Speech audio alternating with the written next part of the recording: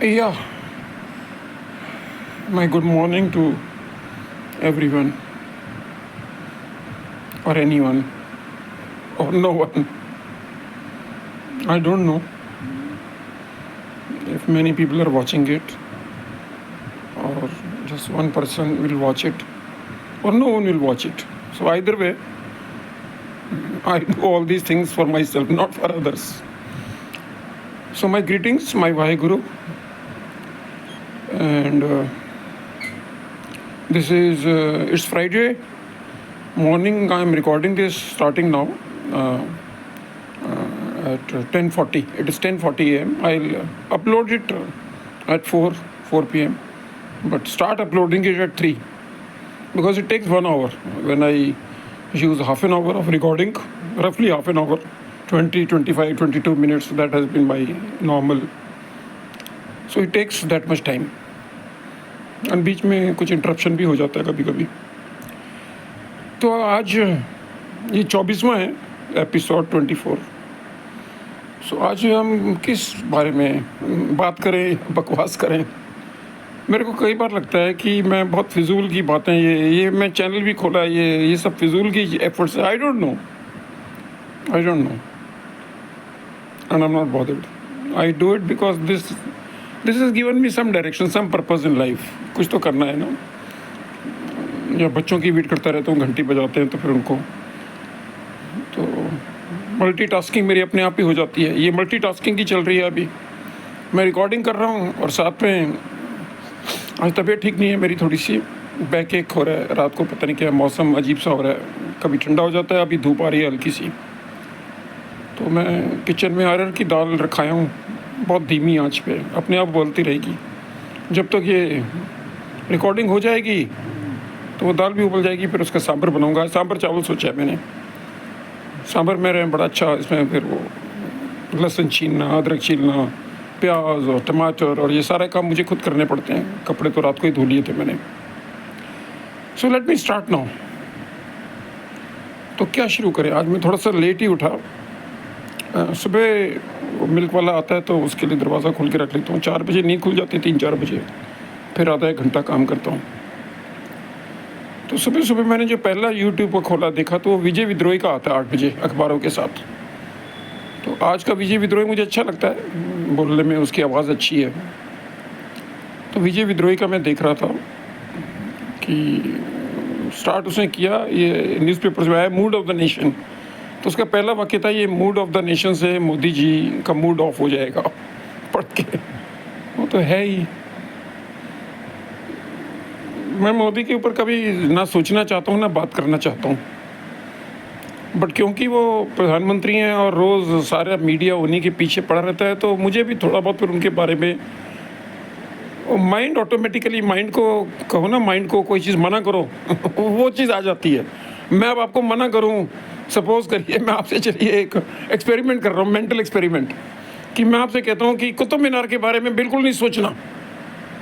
अब होगा कि आपके माइंड में जो चीज़ मैंने मना करी है, फट से आप वही कुतुब मीनार की आपके दिमाग में इमेज आ जाएगी कि ये मना कर रहे हैं. तो मैं जिस चीज़ को भी हम मना करते हैं वो चीज़ सबसे पहले आती है.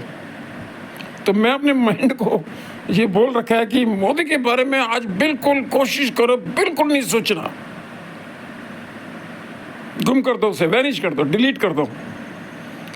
बट होता क्या, और डिलीट करने के लिए भी पहले उसकी इमेज तो माइंड में आएगी ना मोदी की, तो वो आ जाती है. तो अब कहाँ है अभी वो, आजकल अभी गए हुए हैं पोलैंड. कल का तो मैंने रात को देखा नहीं. कुछ ना कुछ वो पहले दिन वो बेइज्जती करा है, मुझे पता था बेइज्जती करेंगे, बाज नहीं आएंगे. वो अपनी भी बेइज्जती करते हैं और इंडिया की भी बेइज्जती करते हैं और अपने पद की भी बेइज्जती करते हैं और सबकी बेइज्जती करके आते हैं. अब कल आप पूछोगे उन्होंने ऐसा क्या गुनाह किया जो मैंने थोड़ा बहुत यूट्यूब से देखा और सारे लोगों ने पकड़ ली उस चीज़ को, कि वो जहाँ भी जाते हैं उनकी मैं इतनी ज़्यादा इंपॉर्टेंट है. ये मैं ना एक बीमारी है ये. आज मैं चलो मेंटल डिसऑर्डर पे बात करूँगा. आज सारा कुछ आपको मेंटल डिसऑर्डर के बारे में बताऊँगा. मेंटल डिसऑर्डर क्या होते हैं, क्यों होते हैं. एक बार पहले भी शुरू किया था बट उसे ठीक जगह ले नहीं पाया. आज कोशिश करता हूँ थोड़ा विस्तार से आपको मेंटल डिसऑर्डर समझाऊँ कि मोदी का ये कौन सा मेंटल डिसऑर्डर है, कि उनकी मैं क्यों बाहर आ जाती है. ये मैं क्या है. मैं के वैसे तो बहुत सारे रूप हैं, मैं कोई नहीं हम पहचान पाए हम कौन हैं. तो इसको इस मेंटल डिसऑर्डर को हम बोलते हैं नार्सिस्टिक NARCISSISTIC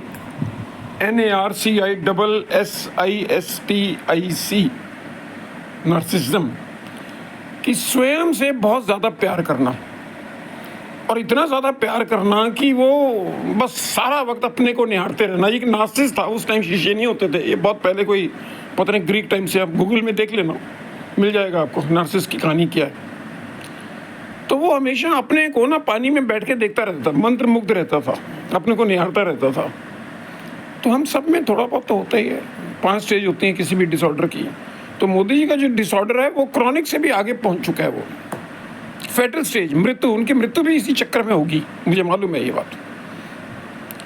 तो अब उन्होंने गुनाह क्या किया कि वहाँ कुछ इंडियन पोलैंड के होंगे, मेनली तो गुजराती भाई सारे इकट्ठे हो जाते हैं उनके चक्कर में। ये गुजरातियों का भी कमाल है, इनके बारे में मैं तो गुजरात में रहा हूँ, डीसा में, जूना डीसा में रहा हूँ, मैं ना ही पूछो, कुछ नहीं पूछो, मुझे पता, मैंने अपना वहाँ पे 2-3 साल कैसे बिताए। गुजरात की भी कभी पूरी कहानी सुनाऊंगा आपको, क्या हुआ, कैसे हुआ, कैसे पहुँचा मैं वहाँ, क्या बताऊँ। पालनपुर राजस्थान से फिर मैं बीच में जाता था, एक बॉर्डर है, और उसी टाइम ये लग गया था, ये कोविड का सारा प्रतिबंध। तो भी मोदी जी को सपना आया था, 4 घंटे के नोटिस पे बंद करा दिया। 8 बजे आ गए और बंद कर दिया कि सब बंद हो जाएगा इंडिया। तो एनीवे, कल उन्होंने क्या किया कि अपने को कंपैरिजन करने लगते हैं कि मेरे टाइम पे, कहते हैं जब मेरे से पहले जो था वो सबसे समान दूरी बना के रखने का था, एक्सटर्नल पॉलिसी, विदेश नीति की बात कर रहे थे।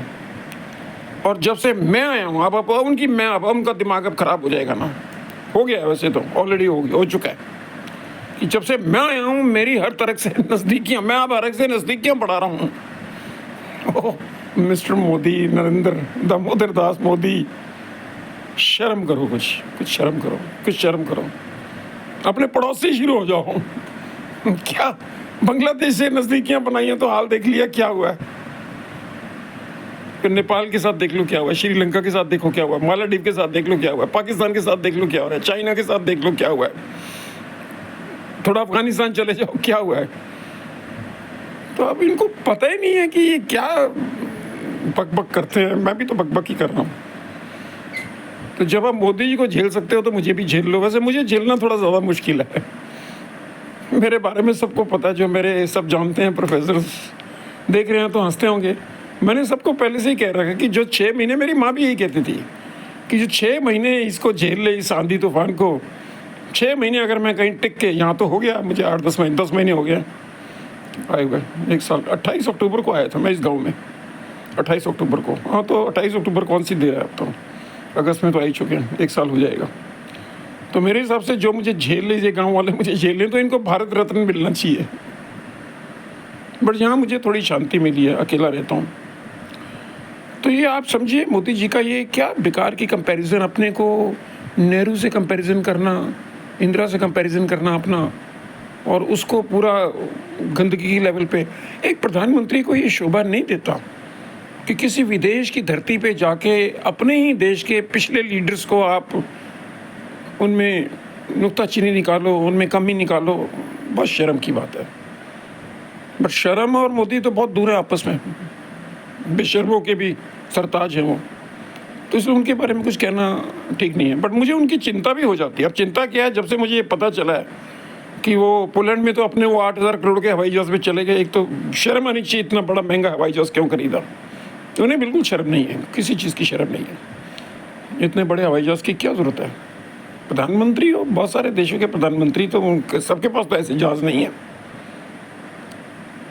तो वो ट्रेन से जाएंगे कि यूक्रेन, और यूक्रेन का मामला काफ़ी सीरियस होता जा रहा है। पुतिन ने पिछले 24 घंटे में 3 बारी वार्निंग दे दी है, और अब उसकी वार्निंग से, बॉडी लैंग्वेज से मुझे पता चलता है वो गंभीर है, सीरियस है।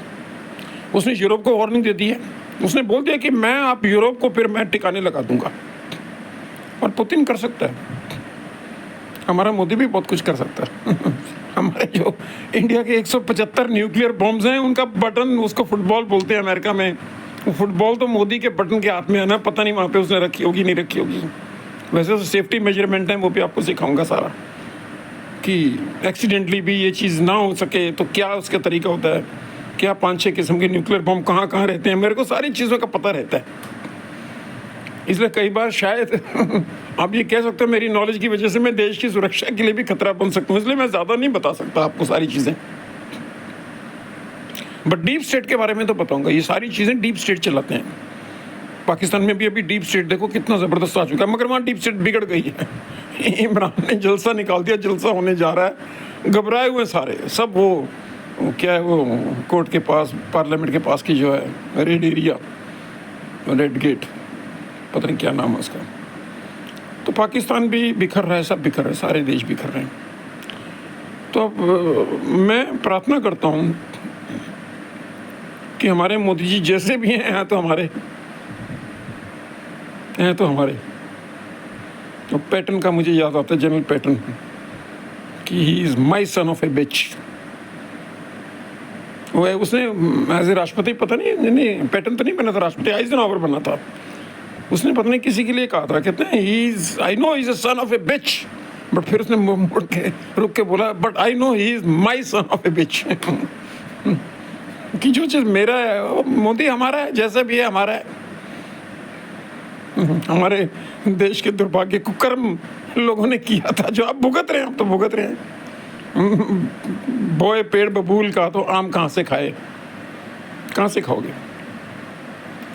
तो हम अपने सामने इतिहास बदलते देख रहे हैं।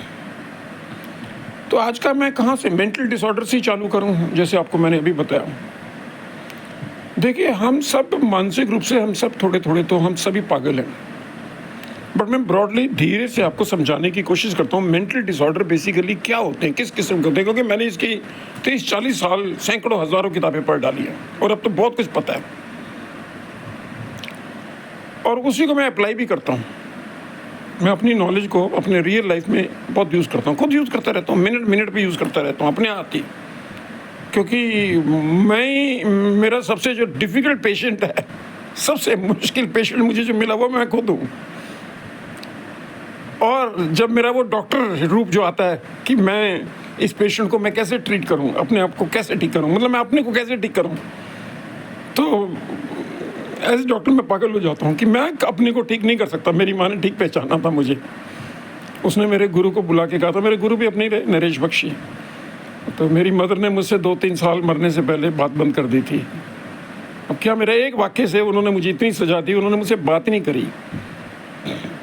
मैं लंदन से आया था, गाड़ी में बैठ के वही शिकायतें इंडिया की जो होती हैं, परंपराएं, हमारी परंपराएं, कि तुम्हारा भाई ऐसा है, मैं वहाँ जाती हूँ, वहाँ नहीं, मेरे को अपनी बेटी के यहाँ रहना पड़ रहा है। तो मथुरा में रहती थी वो। तो पता नहीं मेरे मुंह से, मैं बड़ा बोरसा हो गया था, मैं अपनी परेशानियाँ लेके आया था इंग्लैंड से, तो मेरे मुंह से एक वाक्य क्या निकल गया, उसकी सजा उन्होंने ये दी, उन्होंने मुझसे बात करनी बंद कर दी, मुँह दूसरी तरफ मोड़ लिया। उसके बाद उन्होंने मुझसे कभी बात नहीं करी। तो मैंने कहा, मम्मी फिर दोबारा मैरिज करा लो। इंग्लैंड में तो बड़े बड़े 60, 70, 80 साल के लोग भी दोबारा मैरिज करते हैं। बस मैंने ये क्या बोला, बस बंटाधार हो गया मेरा। तो इसलिए मैं कह रहा हूँ इस बारे में कोई बात नहीं करता। अब मेंटल डिसऑर्डर की बात करते हैं। देखिए, हमारे माइंड के बेसिकली 2 टाइप के डिसऑर्डर होते हैं। डिसऑर्डर की भी स्टेजेस होती हैं, जैसे मैंने 5 स्टेज बना रखी हैं कि कोई भी जो डिसऑर्डर होगा, एक तो माइल्ड होगा, शुरू में थोड़ा थोड़ा सा, और हम सब सारे डिसऑर्डर हमें भी होते हैं। अब कितने मेंटल डिसऑर्डर होते हैं वो आप सुनकर हैरानी होगी आपको। मैं बचक्का करने जा रहा हूँ कि शरीर को अगर 2000 या 3000 बीमारी हैं, तो माइंड को 5000 बीमारी हैं, और हर बीमारी का अलग से नाम होता है, उसकी अलग से ट्रीटमेंट होती है, उसके अलग से सिम्टम होते हैं, उसकी अलग से डायग्नोसिस होती है, क्लिनिकल डायग्नोसिस होती है। लोगों को जो माइंड की स्टडी करते हैं उनको साइकोलॉजिस्ट एंड साइकेट्रिस्ट के बारे में भी नहीं पता, पूरा नहीं पता होता। जिनको पता होता है उन्हें तो पता होता ही है। दोनों का काम 99% एक ही है। पर साइकेट्रिस्ट क्या है, वो दवाई देते हैं साथ में, वो मेडिसिन डिस्पेंस कर सकता है। साइकोलॉजिस्ट सिर्फ बातचीत से आपको ठीक करता है। तो मेरा रोल साइकोलॉजिस्ट का ज़्यादा है, बाकी मैं दवाइयाँ भी सारी आपको बता सकता हूँ क्या क्या है। तो सबसे पहली स्टेज होती है माइल्ड, हल्का हल्का हम सबको होती है। माइल्ड में वो रेशियो बना लो कितनी, हर चीज़ की एक रेंज है ना, जैसे हमारे बुखार की रेंज है कि 98.4, उसको हम नॉर्मल कहते हैं। वो नॉर्मल नहीं है, वो एवरेज है। पूरी दुनिया का एवरेज है 98.4। तो कईयों का जो नॉर्मल अपना बॉडी टेम्परेचर होता है वो 99 भी हो सकता है और 97 भी हो सकता है। तो 98.4 एक एवरेज है। 97 वाले को जब 98.4 होगा तो उसको 2 डिग्री का बुखार है। तो हमारे माइंड को ब्रॉडली हम 2 हिस्सों में बांट लेते हैं कि mania and phobia. Mania is बहुत ज़्यादा पॉजिटिव इमोशंस, प्यार, बहुत प्यार। तो मेरी किरण किरण तो मेरी वो पिक्चर याद आ गई उसकी, जूली, क्या नाम है? हाँ जूली था। चलो शायद मैं भी भूल रहा हूँ, मुझे भी डायमेंशिया हो रहा है। तो मैनिया, उसको हम बोलते हैं mania, irrational love, irrational expression of love. अपने को ज़बरदस्ती गले पड़ जाना, जैसे हमारे मोदी जी को भी ये बहुत है, मैनिया उन्हें। जिसको भी जाके मिलेंगे पट से उसको ना गले में वो आदमी घबरा जाता है। जब तक उसे पता चलता है तो उनकी गिरफ्त में होता है और वो दूर अपने को हटाना चाहता है। उसे स्मेल आ रही होती है गंदी। मतलब आप समझते हैं एक गुजराती आदमी जब किसी को जफियाँ मारेगा तो हर चीज़ की नहीं है, उन्हें अकल नहीं, उन्हें समझ नहीं है इस बात की। तो इर्रेशनल लव बहुत दिखाते हैं। और phobia irrational fear, Modi ji को वो भी बहुत है। क्रॉनिक है वो। राहुल का डर, कांग्रेस का डर, इंदिरा का डर, नेहरू का डर, सारे पास का डर। क्योंकि एक अनपढ़ तो नहीं कहूँगा, कुपढ़ एक कुपढ़ आदमी को जब कोई ज्ञान ही नहीं, किसी चीज़ का पता ही नहीं है, तो मैं तो हैरान हूँ 10 साल उन्होंने कैसे कैसे निपटा लिया। बट अब लोगों को पता चल गया, अब लोगों को पता चल गया ये एक ऐसा प्यास है, गंदा प्यास, जिसकी परतें खोलते रहो और एंड में कुछ नहीं निकलता, ज़ीरो निकलता, हर चीज़ ज़ीरो है। तो irrational love mania, phobia, irrational fears. अब राहुल का उन्हें इर्रेशनल फियर है। नोट किया होगा आपने कैमरा में कि जैसे ही राहुल लोकसभा में एंटर करता है वो उठ के चले जाते हैं, फिर दिखता ही नहीं है। तो अब इसको फिर आगे हम और कैसे डिवाइड करें, तो मैं मोटे मोटे कुछ मेंटल डिसऑर्डर बता देता हूँ। और हम सभी हैं इंडियंस, तो क्रॉनिक स्टेज पे पहुँचे हुए हैं। मैं इंडिया और चाइना का कई बार एग्जाम्पल देता हूँ आपको कि हमारे यहाँ रिलीजन, भक्ति इर्रेशनल। मैं अब ज़्यादा नहीं बता सकता क्योंकि मुझे पता है कट्टरता यहाँ भी है। मैं आ बैल मुझे मार वाली बात क्यों करूँ। अब हमारे ये सनातनी गीता, भगवत गीता सुन के, और मैंने 5 बारी पढ़ ली, सारे श्लोक पढ़ लिए और सारे मैंने पुराण पढ़ लिए, सारे मैंने पढ़े। मैंने सारी दुनिया के सारे धर्म पढ़े हैं, सारे बाइबल को 4-5 बारी पढ़ा है, गुरुबाणी को 4-5 बारी, इंग्लिश वर्जन पढ़ा है, कुरान को पढ़ा है जिसको लोग नहीं पढ़ सकते। कुरान मुझे काफ़ी अच्छा लगता है, बहुत अच्छा लगता है, इंग्लिश वर्जन उसका पढ़ा है। तो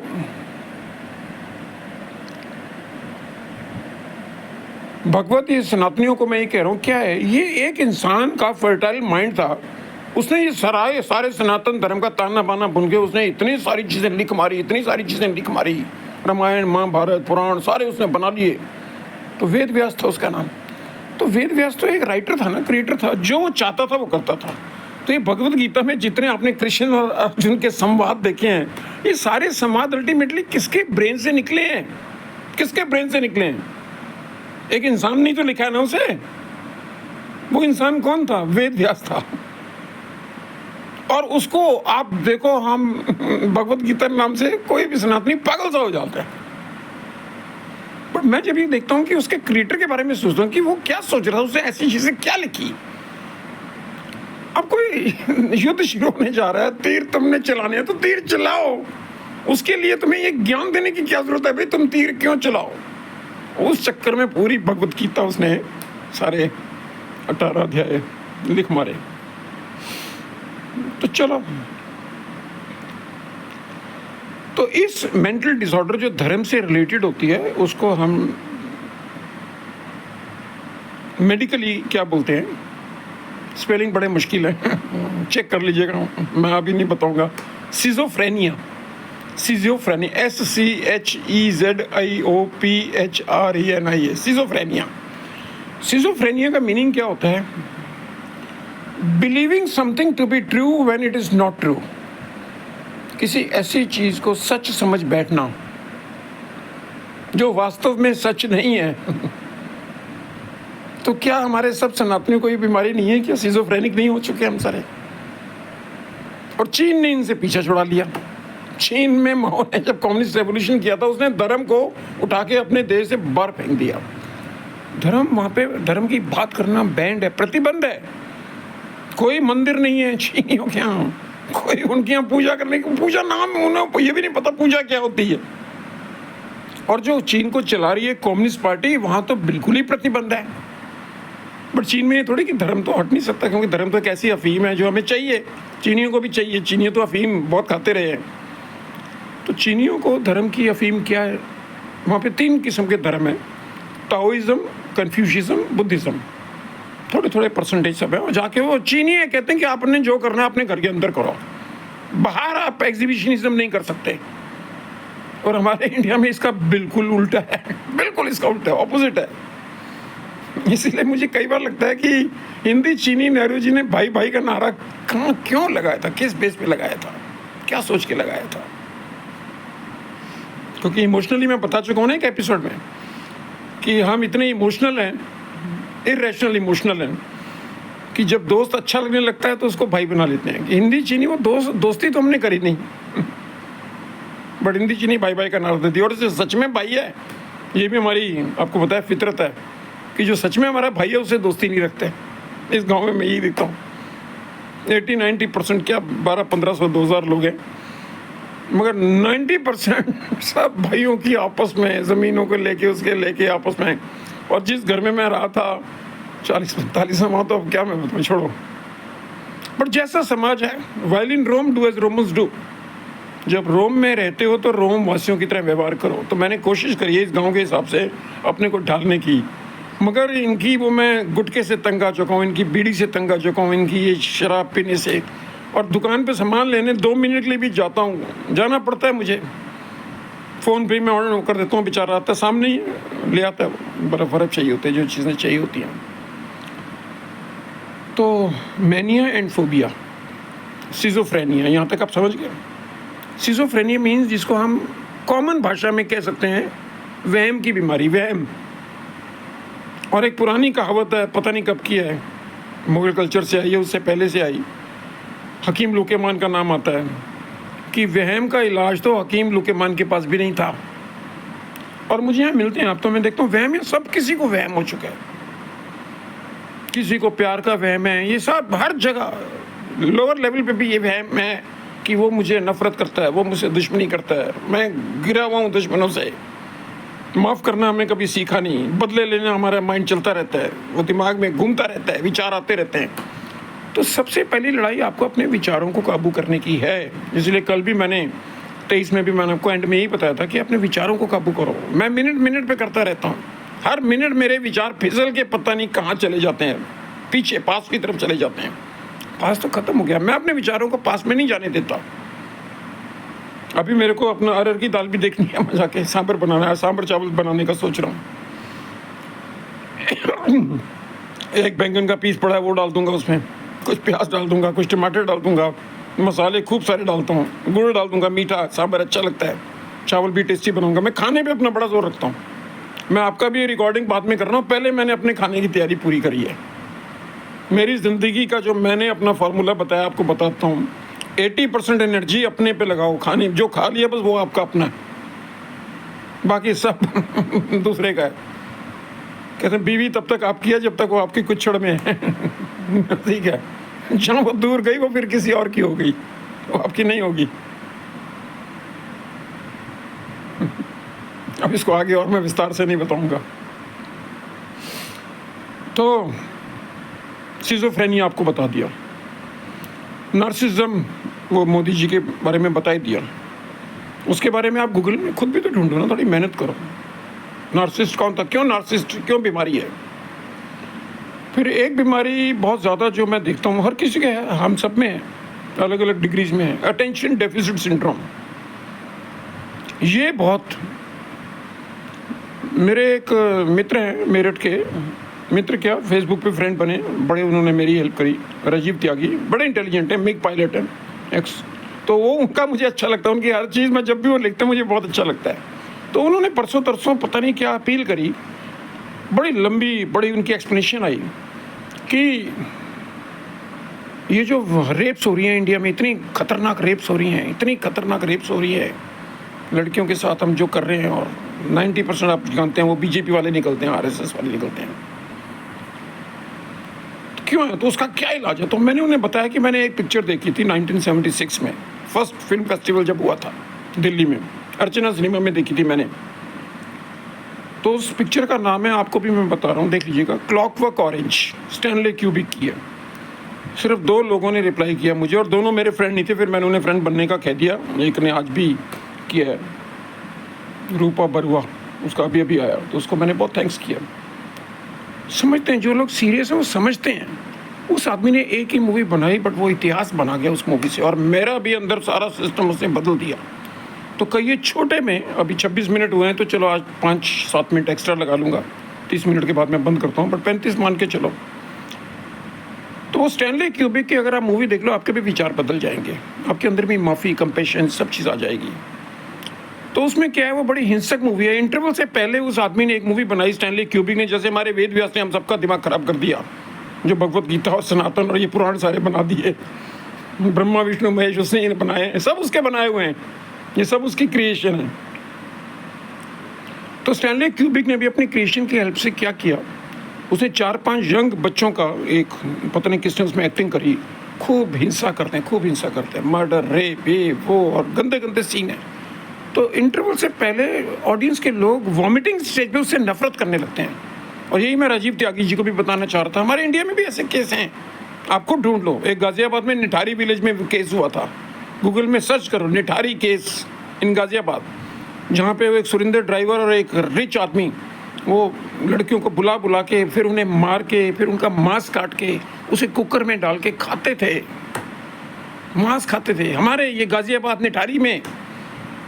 तो इंसान क्या कर सकता है, आपको नहीं समझ में आता है। बट वो क्लॉकवर्क ऑरेंज में मुझे आंसर मिला। तो उसमें आंसर क्या है कि इंटरवल से ठीक पहले वो पकड़े जाते हैं, तो उन्हें फिर जस्टिस के हिसाब से मृत्युदंड मिलता है।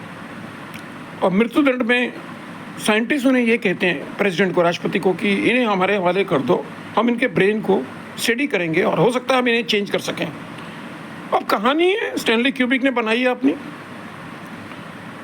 तो उसमें क्या होता है कि राष्ट्रपति अलाउ कर देता है कि अच्छा मैं देता हूँ, मगर शर्त यह है कि इनको रहना तो जेल में ही पड़ेगा एंड में, इनको छोड़ा, इनको समाज के लायक नहीं है, ये मृत्युदंड से इनको हटा दिया। तो मृत्युदंड माफ़ करके इनको साइंटिस्ट के हवाले कर देता है, वो अपने इनके एक्सपेरिमेंट करते हैं, जो सच है एक्सपेरिमेंट करने चाहिए, क्योंकि हमारा जड़ तो विचार है ना, हमारे अपने विचार हैं जो हमें कैनिबल बनाते हैं, जो हमें जिंदा इंसानों का मांस खाने को मजबूर करते हैं, ये विचार हमारे, जो ये सारे मर्डर हो रहे हैं, सब कुछ है। बट इनका इलाज क्या है? जेल नहीं है इनका इलाज। स्टैनले क्यूबिक से मुझे ये समझ में आया, क्लॉकवर्क ऑरेंज से ये समझ में आया, जेल नहीं है इनका, सारा इलाज है साइकोलॉजिस्ट एंड साइकेट्रिस्ट, कि इनको एक्सपर्ट्स के हवाले कर दो। मारना तो है ही, तो उनको उनके दिमाग को करने दो जो करना चाहते हैं। तो उनके पास ऐसा इलाज था, ये 76 की मूवी थी उस टाइम पे, तो वो सच में उसको बदल देते हैं, उनके अंदर के फितरत को बदल देते हैं। जो नफरत करता है उसमें प्यार के हार्मोन्स डाल के, इंजेक्शन डाल के, कर करा के, तो वो पेड़ को भी चूमेंगे, उन्हें वो मेमना बकरी का बच्चा बना देते हैं। तो अब कमाल का स्टैनले क्यूबिक का है, इंटरवल के बाद जो मूवी आती है, कि जब उनको बिल्कुल बदल दिया जाता है, तो प्रेसिडेंट को भी फिर थोड़ा सा तरस आ जाता है, चलो इन्हें 15-20 दिन के लिए छोड़ देते हैं, देखे समाज में। मगर जिनका उन्होंने मर्डर किया होता है वो तो अभी तो वो गुस्से उसमें हैं, बदले की भावना है उन्हें, टिट फॉर टैट, वो फिर इनको किडनैप कर लेते हैं, फिर इनका वो रिवर्स टॉर्चर होता है, रिवर्स टॉर्चर। तो कमाल स्टैनले क्यूबिक का क्या था कि इंटरवल से पहले जो उनके कैरेक्टर्स हैं उनको हम नफरत कर रहे होते हैं, उन्हीं के साथ फिर तरस खा रहे होते हैं अगले इंटरवल के बाद, क्योंकि अब रिवर्स जब टॉर्चर देखते हैं तो उनको भी काट काट के नमक, मतलब कमाल है। स्टैनले क्यूबिक का भी कमाल है, तो जैसे वेद व्यास का भी कमाल है, वो सर आर्थर कॉनन डॉयल का भी कमाल है, शर्लक होम उसने बना ली थी, और शर्लक होम को इतना रियल बना दिया था, इतना रियल कि लोग सच में सोचते थे शर्लक होम नाम की सच में कैरेक्टर है। तो उसने एक नॉवल में जब शर्लक होम्स को मार दिया, दंगे फैल गए यूरोप में लोगों ने सड़कों पे आगे बिल्डिंगें आग लगानी चालू कर दी, तो उसको फिर से शर्लक होम्स को जिंदा रखना पड़ा। हमारे यहाँ भी तो यही चलता है आजकल, नहीं देख रहे हो क्या? तो चलो मैं आपको अब इससे ज़्यादा और क्या बताऊँ। आज 3 चीज़ें आपको मेंटल डिसऑर्डर बता दी है। Mania, phobia, irrational love, irrational fear, schizophrenia, वहम, किसी भी चीज़ को वहम समझ बैठना, साइंटिफिक एविडेंस ना करना। और साइंटिफिक एविडेंस, साइंस तो एक नाउन है, बट उसको जब वर्ब में क्रिएट करो साइंटिफिक मेथड बन जाता है, वैधानिक विधि। उसके 6 स्टेप्स होते हैं। हाइपोथेसिस से शुरू होता है। Hypothesis, observation, experimentation. एक्सपेरिमेंटेशन क्या? Observation under controlled conditions. फिर उसके बाद यहाँ से साइंस में करप्शन चालू हो जाती है कि ये जो कुछ आपने एक्सपेरिमेंट किया, ऑब्जर्व किया, अब उसका लबोलुबाब किया है वहाँ हमारी करप्शन चालू होती है। Because we see what we want to see. हम अपने संस्कारों के हिसाब से साइंस को भी देखेंगे, यूज़ करेंगे, मिसयूज़ करेंगे, एब्यूज़ करेंगे। एक तरफ हम राखी मनाते हैं, दूसरी तरफ हमारी गाली सबसे ज़्यादा बहन की है, बहन को करो फक करो, है या नहीं? इसलिए मैं नहीं मनाता राखी। तो ये हमारे जो इंसानी व्यवहार में निठारी जैसे केस हो रहे हैं, कैनिबल के केस हो रहे हैं, तो क्लॉकवर्क ऑरेंज उसका आंसर है कि इनको जेलों के बजाय, जेलों में सड़ने के बजाय, इनको मृत्युदंड देने के बजाय, त्यागी जी को भी समझाना चाहता हूँ, राजीव त्यागी जी को, अगर वो देखेंगे तो मेरे ख्याल देखेंगे, उन्हें कह दूंगा, रिक्वेस्ट करूँगा, देखें, उनके नाम लेके कह रहा हूँ कि आप क्लॉकवर्क ऑरेंज तो एक बार देख लो, आपके भी विचार बदल जाएंगे। इन सब का इलाज साइंस के पास है। और साइंस अब तो 1976 से लेके आज तो 2024 में अब तो साइंस और आगे बढ़ गई है। अब तो हमारे पूरे विचार बदले जा सकते हैं, हर चीज़ बदली जा सकती है, हर चीज़ साइंस ने हर चीज़ बदल दी है। आपकी पूरी मैं बदल दी, आपका पूरा फेस बदल दिया, आंखें बदल दी, नाक बदल दी, स्किन बदल दिया, हार्ट ट्रांसप्लांट कर दिया, लीवर ट्रांसप्लांट कर दिया, सारे ट्रांसप्लांट होते गए। ब्रेन का नहीं कर पा रहे। ब्रेन का जब भी करते हैं तो ये अगले टॉपिक में समझाऊंगा कि ब्रेन का जब उसे होश आता है तो उसमें जो नया ब्रेन लगाया होता है वो अपनी उस नए ब्रेन वाली माँ को माँ कहेगा, अपने पुराने कुत्ते को पहचानेगा। हाँ, तो वहाँ साइंस को भी बड़ी अजीब सी वो मिली, ये अगले उसमें डालूंगा मैं। तो ऑलमोस्ट 33 मिनट होने को जा रहे हैं, तो आज का इतना ही बहुत है। ये सारी बकवास है। अब मैं अपना सांभर जाके देख लूँ, अरहर की दाल बना लूँ। मैं तो अपने खाने पीने पर जोर रखता हूँ, और आप भी अपना खाने पीने पे जोर करो। और अगली में हो सकता है मैं आपके पसंद की, जैसे आप कहोगे वही मैं आपको नॉलेज दिया करूँगा। 33 मिनट हो गए, बहुत बहुत शुक्रिया आपका। Bye bye bye bye bye bye bye bye. आप सब मुझे बहुत अच्छे लगते हो, और मैंने उन गरीब बच्चों के लिए पिछली बार भी आपसे विनती करी थी, थोड़ा बहुत जो भेज सकते हो मेरे टेलीफोन नंबर पे भेज दो। इन बच्चों की मेरे को बहुत तरस आता है, बहुत। दिन के 15, 20, 25 कुरमुरे तो मुझे इनके पैकेट देने ही पड़ते हैं, और ख़ासकर मैं उनको दरवाजे पे देता हूँ, दरवाजे के अंदर नहीं आने। तो फिर मुझे भी पता है मेरे पे क्या इल्ज़ाम लगेंगे। आप जानते हैं ये इंडिया का युग है कि ये पेडोफिलिया तो नहीं है, ये वो तो नहीं है ये जो बच्चों को बुला बुला के देता है खाने को। तो हर चीज़ में हमारे एक ऑपोजिट साइड है। सो थैंक यू, मैं वेट करूँगा आपका। शुक्रिया।